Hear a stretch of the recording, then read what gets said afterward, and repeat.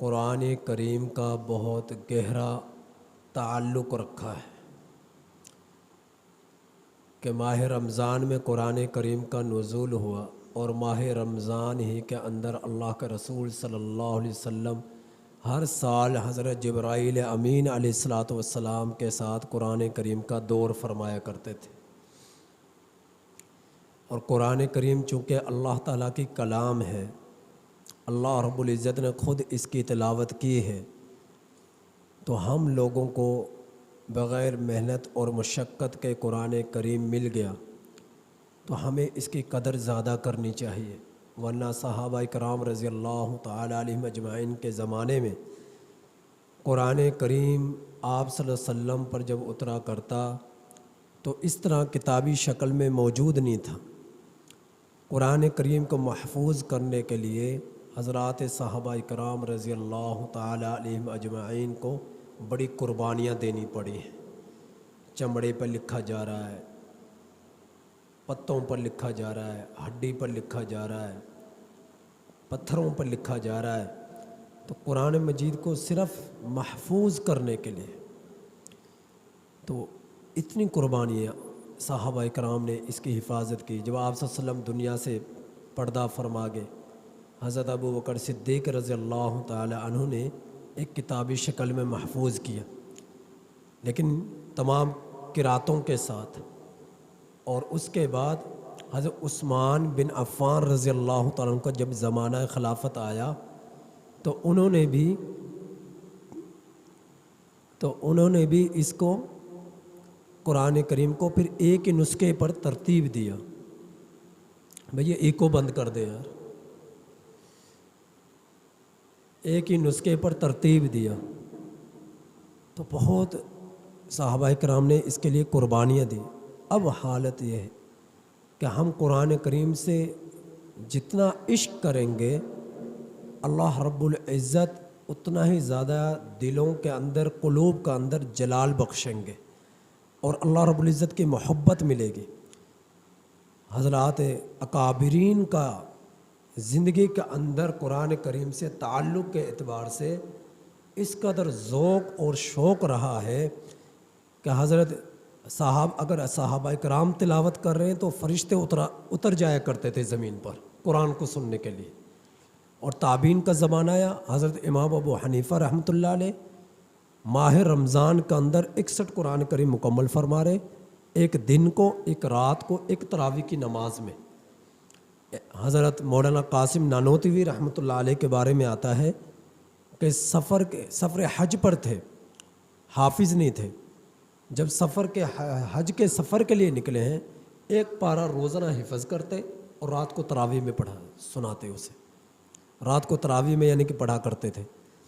اور قریب زمانے کے اندر حضرت قاری رحیم مقصد رحمۃ اللہ علیہ کے بارے میں آتا ہے، جب ان کی عمر 10-12 سال تھی، اسی وقت سے ان کا معمول یہ تھا کہ رات کو اٹھ جایا کرتے تھے اور تہجد سے پہلے اپنے مدرسے میں چلے جایا کرتے تھے، اور راستے میں جاتے ہوئے قرآن کریم کی تلاوت کرتے تھے، اٹھتے بیٹھتے آتے جاتے قرآن کریم کی کثرت سے تلاوت کیا کرتے تھے، اور اپنے استاد کو پورا قرآن کریم سنایا کرتے تھے، اپنے استاد کو جس کے پاس حفظ کیا تھا 10-12 سال کی عمر میں۔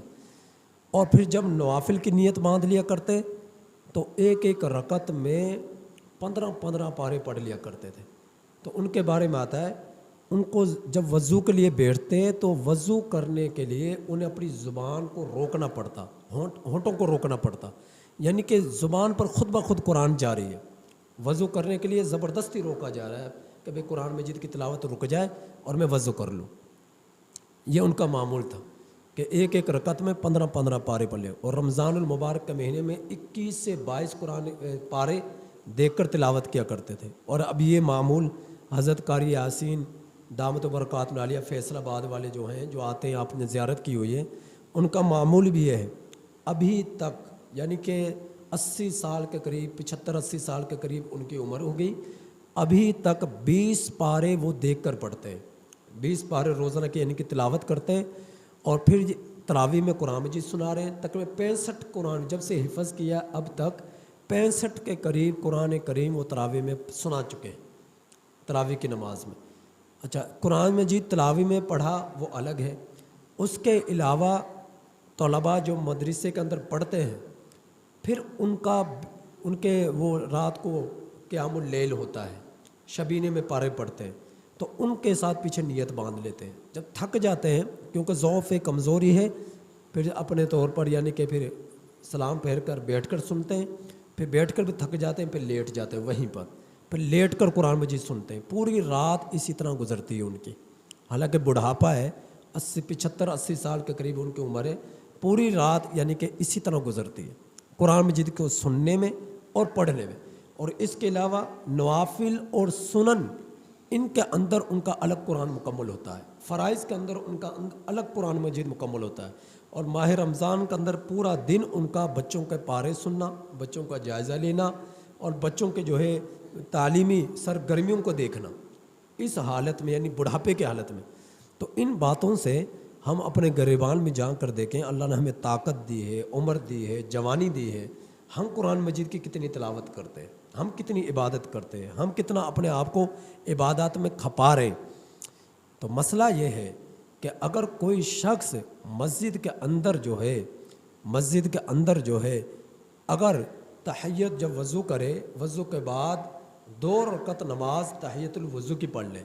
تحیت الوضو کی نماز اس وقت تک پڑھی جا سکتی ہے جب تک آپ کے جسم کے اعضاء خشک نہیں ہو جاتے۔ خشک ہونے سے پہلے تحیت الوضو کی نماز آپ پڑھ لیں، یعنی وضو جب بھی کر رہے تو وضو کر تحیت المسجد میں، مسجد کے اندر اب یعنی کہ یا گھر میں ہے یا کہیں بھی ہیں تو 2 رکعت نماز تحیت الوضو کی پڑھ لینا۔ آپ صلی اللہ علیہ وسلم کا فرمان ہے، جو شخص اس کو اپنا معمول بنا لے جنت اس پر لازم ہو جاتی ہے، جنت اس پر لازم ہو جاتی ہے جو اس کو اپنا معمول بنا لے۔ اور اشراق کی نماز کے بارے میں آیا کہ اس کے 3 درجے ہیں۔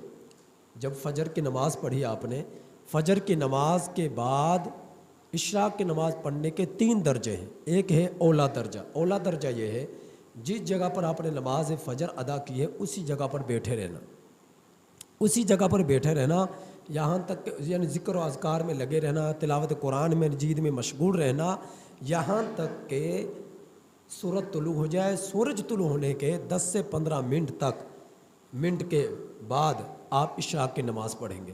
اشراق کی نماز کا فائدہ یہ ہے کہ ایک حج اور ایک عمرے کا ثواب ملتا ہے۔ اس کا اوسط درجہ یہ ہے کہ آپ اس جگہ سے نکل کر چلے جائیں، اس جگہ سے اٹھ کر چلے جائیں اور دوبارہ پھر مسجد میں آ جاتے ہیں، باہر ادھر ادھر اذکار میں مشغول رہتے ہیں اور آ کر پھر آپ نے مسجد میں آ کر اشراق کی نماز پڑھ لی۔ اس کا ادنا درجہ یہ ہے کہ مسجد سے نکل گئے اور کہیں پر بھی آپ نے اشراق کی نماز پڑھ لی۔ تو سب سے اولا درجہ ہے کہ اسی جگہ پر بیٹھے رہنا، اشراق کا وقت ہو وہیں پر اشراق کی نماز کی ادائیگی کرنا۔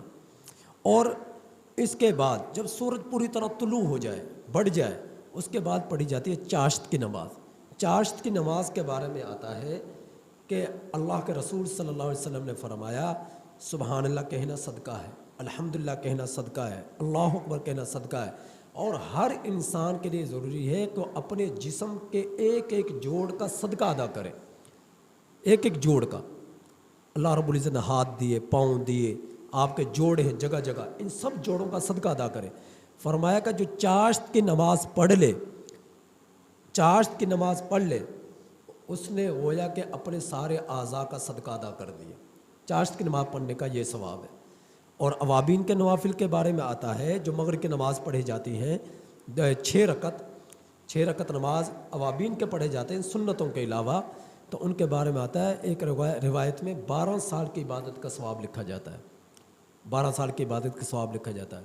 تو ہم اپنی زندگی کو ماہ رمضان میں نوافل کے ساتھ وابستہ کریں اور تلاوت قرآن کے ساتھ وابستہ کریں۔ جہاں پر تلاوت قرآن نہیں کر سکتے تو سننے کے ساتھ وابستہ کریں، تلاوت قرآن کریم کو سننے کا معمول بنائیں۔ اللہ تعالیٰ عمل کی توفیق عطا فرمائے۔ الحمدللہ۔